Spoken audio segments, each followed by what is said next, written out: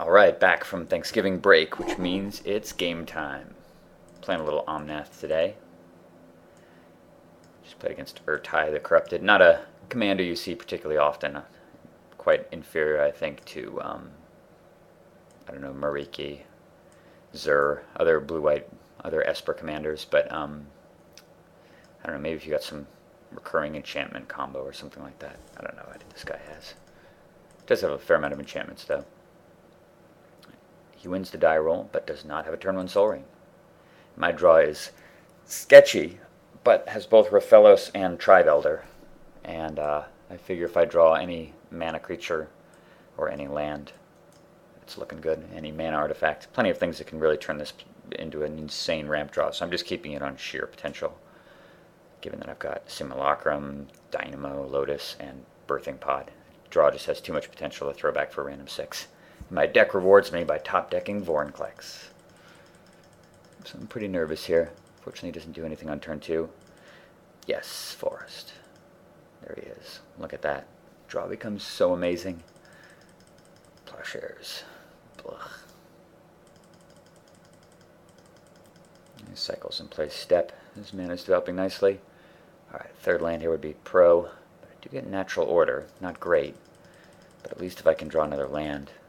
Plays Rhystic Study in his Scry land again. I'm going to go get a forest. Things are starting to look pretty ugly here. There's a land, thank God. Alright, so normally you would kind of screw around underneath Rhystic Study and not let him draw, like I thought about playing Omnath himself. But I don't really want him playing his commander and starting to do recurring enchantment stuff, so I just need to deploy as quickly as possible here. And that means letting him draw a card. Grand Arbiter and Rhystic Study. Beautiful. I hate this card so much. It's so RNG. Totally horrible most of the time. Totally ridiculous when you get it going first. Especially with things like Soul Ring. Very unfair. And obviously these two guys working in tandem is pretty ridiculous. But I have one of those ramp draws, fortunately. So priority here is just going to be getting Gilded Lotus out. Hoping he doesn't have something like Return to Dust to just win the game. So I fully expect him to just cast Ertai here. And he plays Gilded Lotus instead. And cycles Perplex. Or I should say transmutes it. To get Arena. So he does have a fair amount of enchantments. Lightning Greaves, kind of nice. Alright, well, seeing as how he's got 3, 4, 5, 6, 7, 8, 9 mana in play, potentially 10, I'm going to have to make a fairly drastic play here. I cast the Spirit Guide. Letting him draw a card off Rhystic Study here. But we're going to sack it and get Biggins. I figure this ought to tamp down his activity a bit, even though it does mean he's going to be able to cast his Arena next turn. That's totally fine, given that he's down to 3 mana. I don't even know if he has another land.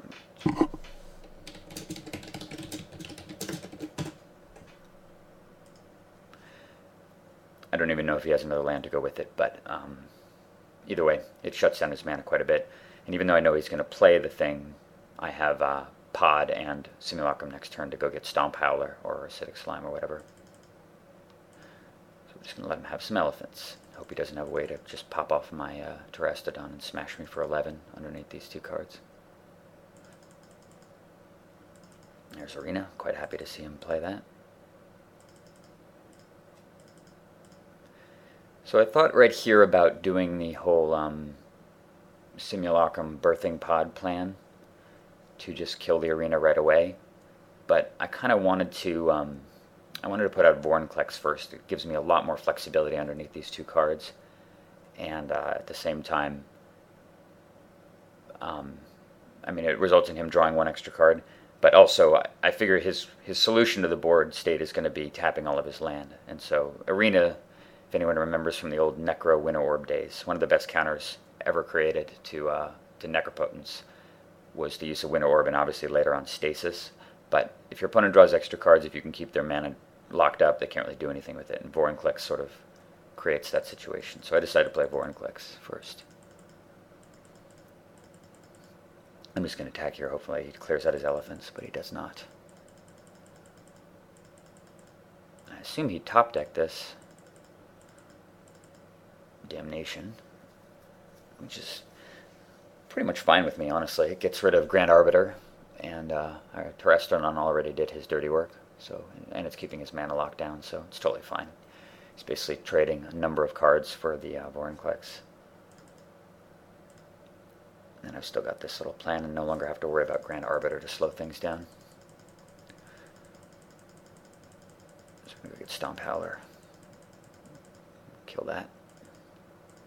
Looking pretty solid now, and he's tapped out for the turn, so I get another free use of Birthing Pod, which is pretty spectacular. And I've still got the Greaves also. Sack that guy. Hellkite. Bash. Goodbye, Rhystic Study. And just like that, we have really flipped this game around. My hand is kind of garbage, but I still have the Birthing Pod. He's got to have Judgment. That's totally fine. You're still going to have to deal with Omnath and Greaves, buddy. Omnath finishes the game pretty damn quick. I see him tapping 5 mana, and I'm thinking, man, he's already cast 2 Wraths. I really hope that's not Terminus. I don't know why he didn't at least cast Ertai. At least Ertai can block. He just cast Venser's Journal. Not sure what to make of that, given that I've already hit him for 9 with the Commander, and next turn I'm attacking for 20, almost. Yeah.